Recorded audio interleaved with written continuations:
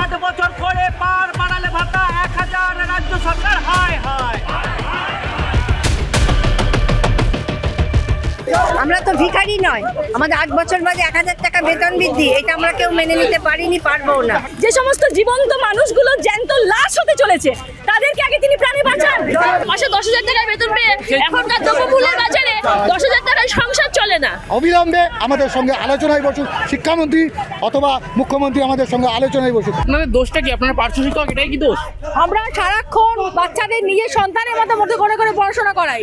গ্রামগঞ্জে বহু পার্শ্ব শিক্ষক স্কুল চালায়, একটা মাত্র ওখানে শিক্ষকরা থাকে না। শিক্ষকরা সিসিএল এ তার ছেলে মেয়েদের পরীক্ষা চলে, তারা সিসিএল পায়।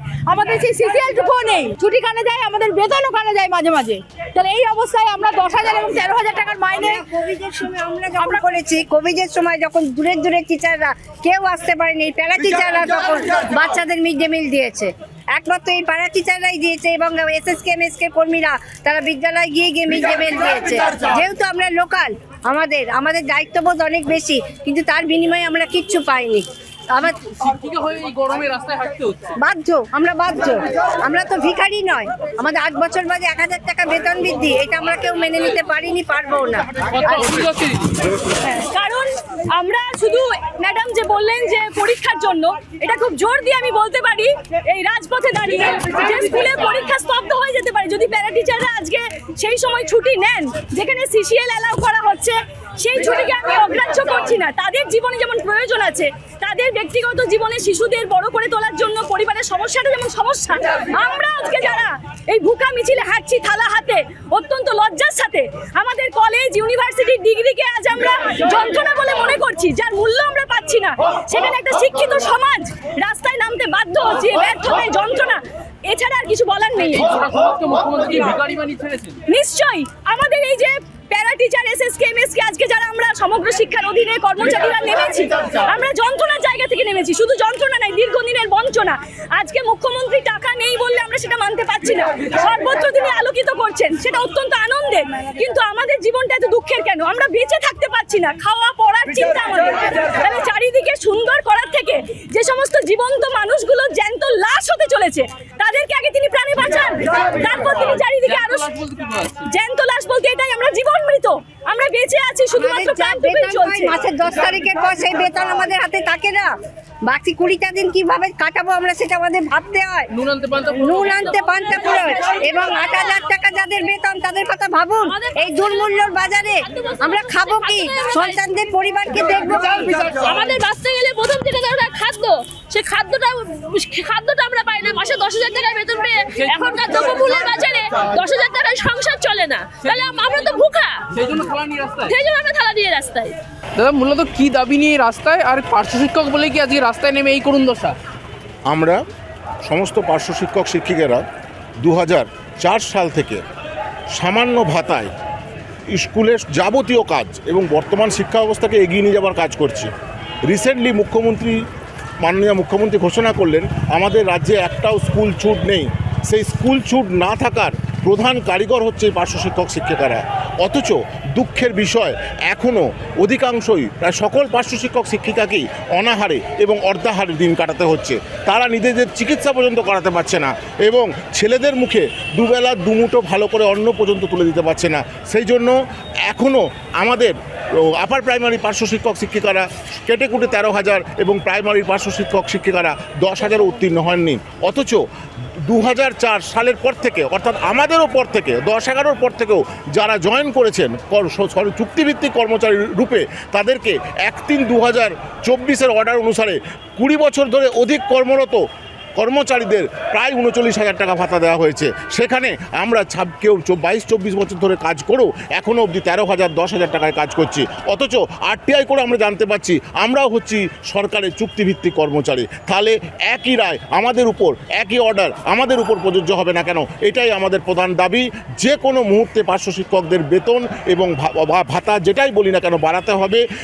এই যে রিসেন্টলি বাজেটে দিদি আমাদেরকে অন্যান্য সকলের সঙ্গে সমান প্রসন্ন করে 1000 টাকা যে তুলে দিয়ে মানে ভিক্ষা দিয়েছেন, সেটার আমরা তীব্র প্রতিবাদ জানাই এবং দিদির কাছে পুনরায় আবেদন করছি আমাদের সংসারটার বিষয়ে ভাবতে হবে, আমাদের ছেলেমেয়েদের কথা ভাবতে হবে। বর্তমান স্কুলের মানে স্থায়ী শিক্ষকের অপ্রতুলতার জন্য যেভাবে স্কুলগুলোকে আমরা এগিয়ে নিয়ে যাচ্ছি, তার জন্য দিদি নিজেই বিভিন্ন মঞ্চে আমাদের প্রশংসা করেছেন, বলেছেন আগামী দিনেও পার্শ্ব শিক্ষকদের দিয়ে কাজ চালাতে হবে। কিন্তু পার্শ্ব শিক্ষকদের দিয়ে কাজ চালাতে গেলে তাদেরকে তো বাঁচিয়ে রাখতে হবে, সেই বাঁচিয়ে রাখার আবেদন আমি মাননীয় মুখ্যমন্ত্রীর কাছে করতে চাই। দেখুন, দাবি আমরা বিভিন্ন সময় করেছি, কখনো বেতন কাঠামোর দাবি করেছি, কখনো আমরা সম্মানজনক বেতন বৃদ্ধির করেছি। এখন আমরা বাঁচার জন্য বাঁচতে চাইছি, বাঁচার মতো ন্যূনতম যেটুকু প্রয়োজন সেটুকু সরকারের পক্ষ থেকে দেওয়া হোক। তার কারণ 2007-8 বিভিন্ন সময় বিভিন্ন আমাদের যে সভামঞ্চ, ওই সময় মুখ্যমন্ত্রী বারংবার এসছেন আমাদের, উনি বলেছেন কেউ খাবে না, তা হবে না, দিল্লিতে পায় এত, বেঙ্গলে এত কম পায়, আমাকে ক্ষমতায় আনুন, আমি এই সমস্যার সমাধান করব। এটা তো একজন বিরোধী নেত্রী হিসাবে তিনি বলেছিলেন। কিন্তু যখন তিনি 2011-তে সরকার গঠন করলেন, এই সরকার গঠন করার পর 2011 সালের 3রা জুন ক্যাবিনেটের প্রথম মিটিং করে তিনি মহাকরণে দাঁড়িয়ে তার দলের 2জন গুরুত্বপূর্ণ মন্ত্রীকে সঙ্গে নিয়ে তিনি বলেছিলেন আগামী 6 মাস থেকে 3 বছরের মধ্যে আমি পার্শ্ব শিক্ষকদের স্থায়ী করে দেবো। আপনারা ভাবুন, আজকে 15 বছর অতিক্রান্ত, আমাদের ভাতা 10,000 আর 13,000। আজকের দিনে এই টাকায় কি সংসার চালানো সম্ভব? কিন্তু কাজের দিকে যদি দেখা যায়, কাজের একজন স্থায়ী শিক্ষকের সমান তো বটেই, তার থেকে বেশিও কাজ করতে হয়। এবং রাজ্য সরকারের শিক্ষা দপ্তর বিভিন্ন ক্ষেত্রে যে জাতীয় এবং আন্তর্জাতিক স্তরে যে পুরস্কারগুলো পাচ্ছেন, সম্মানিত হচ্ছেন, সেই সম্মানিত হওয়া এবং তার পুরস্কার পাওয়ার পেছনে যদি মূল কারিগর হয়, কারো যদি অবদান থাকে, সেটা আমাদের। কিন্তু আমরাই অবহেলিত, আমরাই লাঞ্ছিত। তাই বাধ্য হয়ে আমাদেরকে বারংবার ধারাবাহিকভাবে রাস্তায় নামতে হচ্ছে। এই যে আমরা বিভিন্ন জেলা থেকে, প্রান্তিক জেলা থেকে, পাহাড় থেকে সাগর ছুটে কলকাতায় আসছি, আমাদের যে কী পরিস্থিতিতে আসতে হচ্ছে আমরাই একমাত্র জানি। আমরা চাই না যে বিদ্যালয় ছেড়ে এসে রাস্তায় পড়ে থাকি, কিন্তু আমাদের সংসার চলছে না। আমরা মানসিকভাবে এতটাই পর্যদুস্ত, আমাদের অনেক সাথী আত্মহত্যা করেছে। অনেক মুখ্যমন্ত্রী দেখছেন না, উনি কোথায় দেখছেন? উনি বলেছেন, বলার পরে দেখলে তো আজ আমাদের এই হাল হতে হবে না। তাই আমরা আবারও ওনার কাছে অনুরোধ জানাচ্ছি, করজোড়ে অনুরোধ করছি, উনি ওনার প্রতিশ্রুতি রক্ষা করুন, উনি ওনার ঘোষণা কার্যকর করুন, আমাদেরকে বাঁচতে দিন। উনি আমাদেরকে দিয়ে কাজ করান, কিন্তু আমরা তার বিনিময়ে আমাদের ন্যূনতম বেঁচে থাকার মতো পারিশ্রমিকটুকু তো উনি দেবেন, এইটুকুই তার কাছে আমাদের প্রার্থনা। প্রথমত সরকারের কোন পদক্ষেপে বিক্ষুব্ধ হয়ে আর আজ পার্শ্ব শিক্ষকরা এই রাস্তায় গরমের মধ্যে? 20 বছর চাকরি করছি, 20 বছর, কেউ 21 বছর, কেউ 22 বছর। আমাদের অ্যাভারেজ মাইনে 8,050 মাত্র অ্যাভারেজ। শিক্ষা বন্ধুরা 8,500 টাকা পায়, MA BEd। প্যারা টিচাররা প্রাইমারি ক্ষেত্রে 10,000, আপার প্রাইমারি ক্ষেত্রে 13,000 সামথিং। MSK টিচাররা অ্যাভারেজ 13,000। ভালো করে ভাবুন, 20 বছর 22 বছর চাকরি করার পর। অথচ 11 সালে এই সরকার যখন আসে, তখন আমাদের মাইনে ছিল 7,300, মুখ্যমন্ত্রী মাইনে ছিল 7,000। এখন বর্তমান শিক্ষামন্ত্রীর এবং মুখ্যমন্ত্রী মাইনে হচ্ছে 2,10,000 আর আমাদের 13,000। তাহলে আমরা ছিলাম 7 থেকে 13 আর তারা ছিল 7,000 থেকে 2,10,000। তাহলে তাদের বৃদ্ধি বললো প্রায় 30 গুণ। তাহলে তাদের সংসার চালাতে 30 গুণ টাকা বেশি দরকার পড়ে, আর আমাদের সংসার চালাতে টাকা বেশি লাগে না। তাহলে এই অন্যায়ের প্রতিবাদের জবাব চাইছি আমরা এখানে এসে। আজকে যদি শিক্ষামন্ত্রী এর উপযুক্ত জবাব না দিতে পারে, দেখা না করতে পারে, বেশি তো সংখ্যা নেই, বুঝতেই পারছেন, পুলিশ মারে তুলে দিতে পারে, কিন্তু ওরা বাধা দিলে বাঁধবে লড়াই, ওরা মারবে আর আমরা এখানে দাঁড়িয়ে মার খাবো। দেখবো মমতা ব্যানার্জির পুলিশ আমাদের কত মারতে পারে, আমরাও আজকে দেখে নেবো। আজকে এর শেষ চাই। আজকে এই সংখ্যা কম বলে কি মমতা বন্দ্যোপাধ্যায়ের নজর এখানে পড়ছে না? বারবার তো বিচার চাই বলে আন্দোলন করছে। শোনেন, প্রত্যেকটা আন্দোলনের মানুষ সংসার চালাতে না পারে না, হতাশ হয়ে যাচ্ছে। আসলে এই মাসের শেষে আন্দোলনে আসতে গেলে বাঁকুড়া থেকে একজন মাস্টারমশাই আসতে 1,500 টাকা দরকার হয়, উত্তরবঙ্গ থেকে আসতে 2,000 টাকা দরকার হয়। কোথায় পাবে? তারা বলছে যে স্যার আমাদের নৈতিক সমর্থন আছে, আপনারা চালান। এই আশেপাশে যে কজন জেলা আমরা বলেছি যে তোমরা যাদের কম খরচা হয়, এটাই বাস্তব, এখানে লুকোচুরির কোনো ব্যাপার নেই। আমরা কিন্তু এখানে হাইকোর্টের পারমিশন নিয়ে এসেনি, আমরা শুধু মিছিলের ইনভিটেশনটা দিয়েছি। সুতরাং আমরা বলেছি যে আমরা অবস্থান করব, পুলিশকে আমরা আবেদন করব যে অন্তত শিক্ষামন্ত্রীর সাথে দেখা করার জন্য অন্তত 1-2 দিন আমাদের এখানে অবস্থানের সুযোগ দেবেন। যদি ওনারা না দেয়, আমরা চেষ্টা করবো এখানে বসে থাকার। কিন্তু আমরা কিন্তু কাউকে বলিনি যে আমরা এখানে পারমিশন নিয়ে এসেছি। সুতরাং আমরা বারবার বলেছি যে পুলিশের সাথে আমাদের কোনো বিরোধ নেই, দ্বন্দ্ব নেই। এই মাটিতে কতক্ষণ আছেন? এই মাটিতে আজকে শিক্ষামন্ত্রীর সাথে দেখা না করা পর্যন্ত এই মাটিতে আছি। তাতে পুলিশের মার খেয়ে যদি মনোরঞ্জন মণ্ডলের জীবন চলে যায়, এই গামছা আমি দেখাচ্ছি আপনাদের, আমার লাশ এরাই বয়ে নিয়ে যাবে এই গামছা গলায় দিয়ে। কিন্তু মনোরঞ্জন মণ্ডল জীবিত থাকতে শিক্ষামন্ত্রীর সাথে দেখা করার পথ না খোলা পর্যন্ত আজকের এই বিকাশ ভবন ছাড়বে না। রোজার মাসে গরমের মধ্যে এই বিকাশ ভবনের সামনে আসছেন, তাও এই শিক্ষামন্ত্রী দেখা করছে না। সত্যি কথা বলতে আমাদের আর রোজা, আমাদের আর 11 মাসের খাওয়া আর এই 1 মাসের রোজা, এ দুটোই আমাদের কাছে সমান।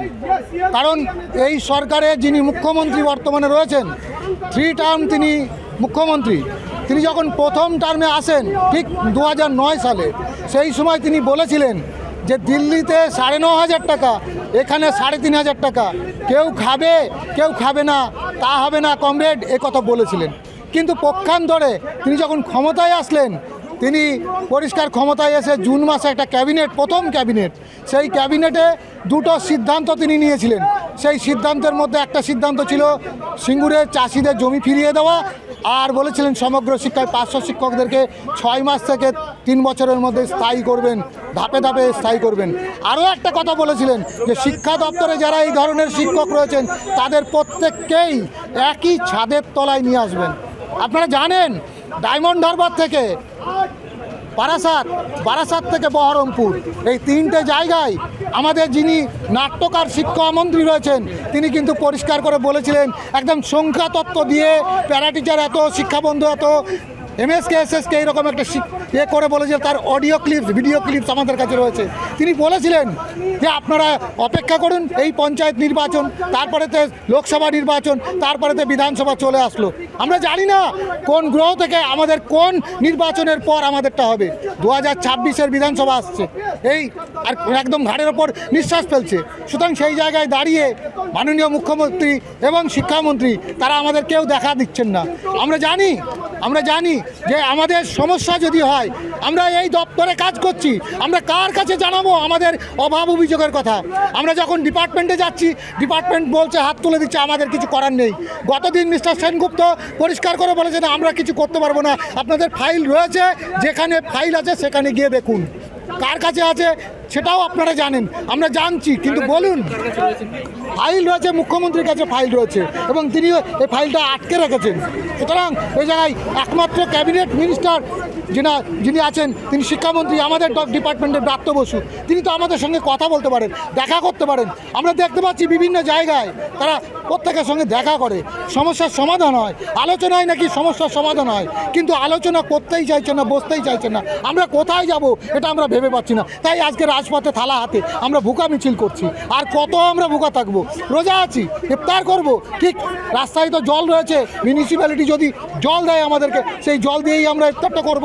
সুতরাং উনি বলছেন, উনি মা মাটি মানুষের প্রতিনিধিত্ব করছেন, বলছেন যে আপনারা সংখ্যালঘু ভাই বোনেরা আপনারা এখানে একটা অ্যাসুরেন্স করছেন, অথচ যে এখানে 65% মুসলিম কমিউনিটি বিলং করছে, এই ডিপার্টমেন্টে কাজ করছেন, সমগ্র শিক্ষায় কাজ করছেন, অথচ সেই 65%কে মেরে দেওয়ার জন্য, অর্থাৎ মুসলিম কমিউনিটিকেই মেরে দেওয়ার জন্য, সেই সঙ্গে সঙ্গে মানুষগুলোকে মেরে দেওয়ার জন্য এরকম করছেন। সুতরাং আমরা হিন্দু মুসলিমের এই বিচারটা আমরা করছি না, আমরা করছি মানুষের বিচার করছি। যে মানুষগুলো মানুষ তৈরি করার কারখানাতে কাজ করছে, মানুষ গড়ার কারখানাতে কাজ করছে, তাদেরকে আজকে মেরে দেওয়ার জন্য যে চক্রান্ত শুরু হয়েছে, একদম কেন্দ্র থেকে রাজ্য পর্যন্ত যেটা দেখা যাচ্ছে পুরোটাই গড়াপেটা। আপনারা জানেন, খুব ভালো করে জানেন।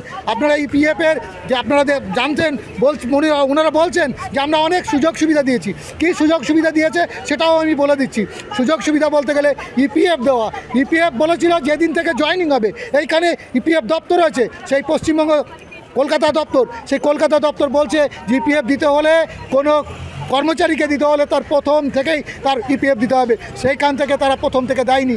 অক্টোবর 2015 থেকে ইপিএফটা দিচ্ছে এবং সেখানে 12,000 কোটি টাকার স্ক্যাম রয়েছে, সেই স্ক্যামের সঙ্গে এই দপ্তরটা জড়িয়ে রয়েছে। আপনারা দেখতে পাচ্ছেন এই যে নীল সাদা বিল্ডিং করে রেখেছে, সততার প্রতীক, এখানে যে 12,000 কোটি টাকার স্ক্যাম রয়েছে, এখানে কিন্তু আর ওই সিবিআই ইডি দেখতে পায় না, এখানে কোনো রকমই হয় না। এই দপ্তর থেকে টোটাল পশ্চিমবঙ্গের সমস্ত প্রকল্পগুলো চলছে, অথচ আমাদের বেলায় হয় না। আপনারা খুব ভালো করে জানেন, ন্যাশনাল এডুকেশন পলিসি এবং স্টেট এডুকেশন পলিসিতে পরিষ্কার করে বলছেন একটা জায়গায় যে প্রত্যেকটা শিশুর শিক্ষার অধিকার রয়েছে। ভালো কথা, আমরা সেই টু ইম্পার্ট এলিমেন্টারি এডুকেশন আমরা সেটাকে ইম্পার্ট করছি, সেটা করতে গিয়ে কতটা বাধাগ্রস্ত হচ্ছে দেখুন। সবথেকে বড় কথা, শিক্ষা সঙ্গে স্বাস্থ্যের সঙ্গে পুষ্টি জড়িয়ে রয়েছে। সেখানে মাত্র কোটি টাকা তারা প্রত্যেকটা হেডে এখানে দান মানে এ করছে মানে অ্যালটমেন্ট করেছেন শিশুদের খাবারের জন্য, কিন্তু এখান থেকে পরিষ্কার করে ভুরি ভুরি টাকা নয় ছয় হয়ে যাচ্ছে এই শিক্ষা দপ্তরের যে এডুকেশনের মানে খাদ্য মানে মিড ডে মিল, এই মিড ডে মিল থেকে এরা অনেকটাই পাচার করে দিচ্ছে। সেই জায়গায় যদি তথ্য প্রমাণ নিয়ে যদি প্রমাণ করতে হয় তাহলে আমার মনে হয় এই ডিপার্টমেন্টটা থাকবে না, এই ডিপার্টমেন্টটা উঠে যাবে। সুতরাং সেই জায়গায় দাঁড়িয়ে আমি আপনাদেরকে বলবো, আপনারা গণতান্ত্রিক দেশে সংবাদ মাধ্যম হচ্ছে সংবিধানের চতুর্থ স্তম্ভ, আপনারা এর বিচার করুন, দেখুন, এটা প্রপাগান্ডা করুন, দেখুন, বুঝতে পারবেন যে এই দপ্তরে কি আছে, কতটা আছে।